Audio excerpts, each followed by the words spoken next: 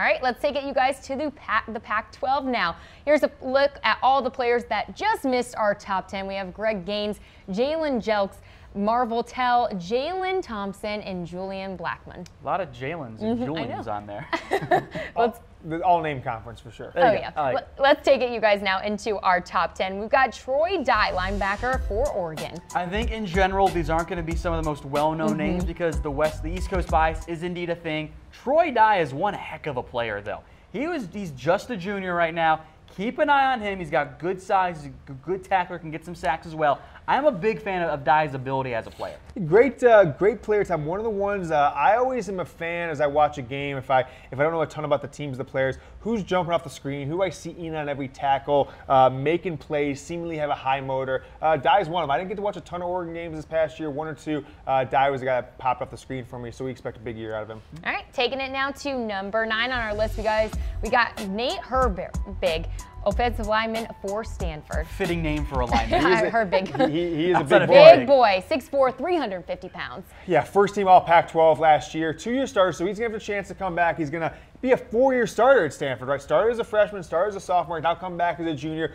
4-year kind of guy. I expect him to be a first-team All-American. I know, he's not getting as much accolades as some of the, Ohio State and Alabama linemen, but he had a big year. And with the, I think the Stanford offense coming back with KJ Costello and with Bryce Love coming back, they are just going to be a machine this year, and Herbig is a big part of that.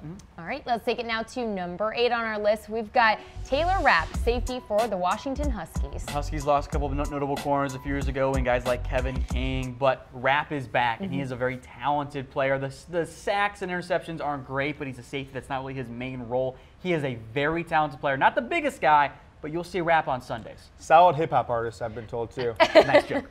Moving on, guys, at number 7, we've got N'Keal Harry, wide receiver for Arizona State. I am very curious how he is used in this new whatever offensive team Arizona State looks like. Will Herm Edwards actually get him the ball like he should?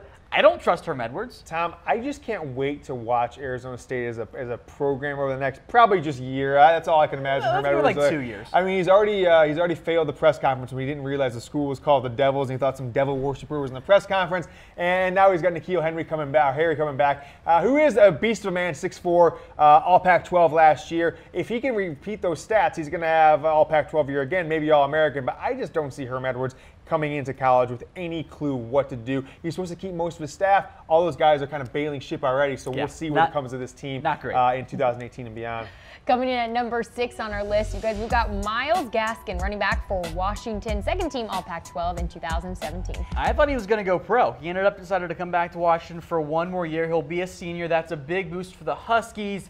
Gaskin a little on their underside of things, but he is a workhorse back. I mean, look at those numbers. That's insane for a college player. Well, the 24 touchdowns is the insane part, Tom. And then going to the playoff a couple years ago in 2016, coming back and putting these kind of stats, I expected him to go pro. I think it gives Washington a chance to be kind of a sleeper playoff team this year again. I mean, they were really in it last year. I know people weren't talking about them a lot, but they had the opportunity in 2017 after going in 16. Gaskin's back. They've got the quarterback Browning back. I think Washington is a team that might sneak in there all of a sudden, middle of October. We might see, wow, Washington's number 4 in the country, and no one saw it coming. Getting into our top 5 now, you guys. At number 5, we got Cameron Smith, linebacker for USC, first team All Pac-12 in 2017. Another good defender from USC that could have gone pro, decided to come back for one more year, and they need that because the offense is not going to be that great. I'm a big fan of Cameron Smith, another kind of a old school tackling machine at linebacker. And quite a nice sports coat that he's got in a picture, the rocking the red.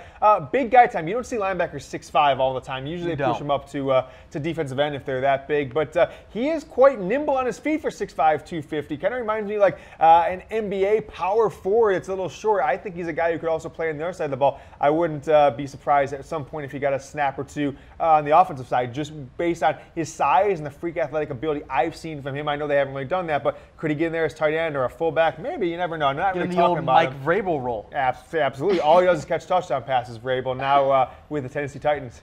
Landing our number 4 spot of the top Pac-12 players in 2018, we've got Justin Herbert, quarterback for Oregon. Guys, he broke his collarbone midway through the season last year. Right. Ready for my bold prediction that probably won't end up coming true? Heisman.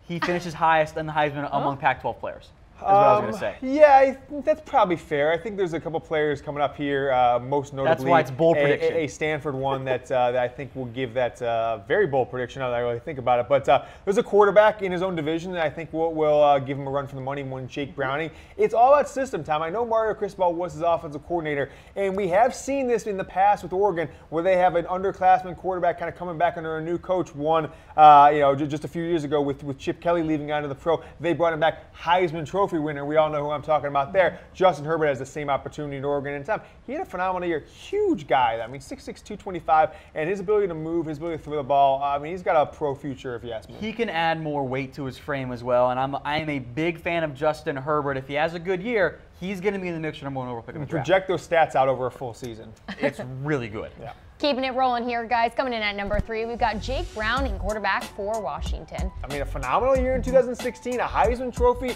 level guy, top 5 in the voting, if I'm recalling this correctly, but fell off the radar in 2017. They had a tough year. He wasn't the same guy that I remembered in 16, although his stats were okay, but it seemed to be an off year for Washington in general. I don't know what was going on with their team. They didn't seem to have some injuries. Anymore. Yeah, they had some notable injuries. Trey Adams, looking off tackle, got hurt. I think that was a big factor there. Browning, my biggest knock on him is arm strength and just size in general, 6'2", 210. And remember, that's program weight. Yeah, that's probably 6 foot, maybe 6'1", 190. Yeah.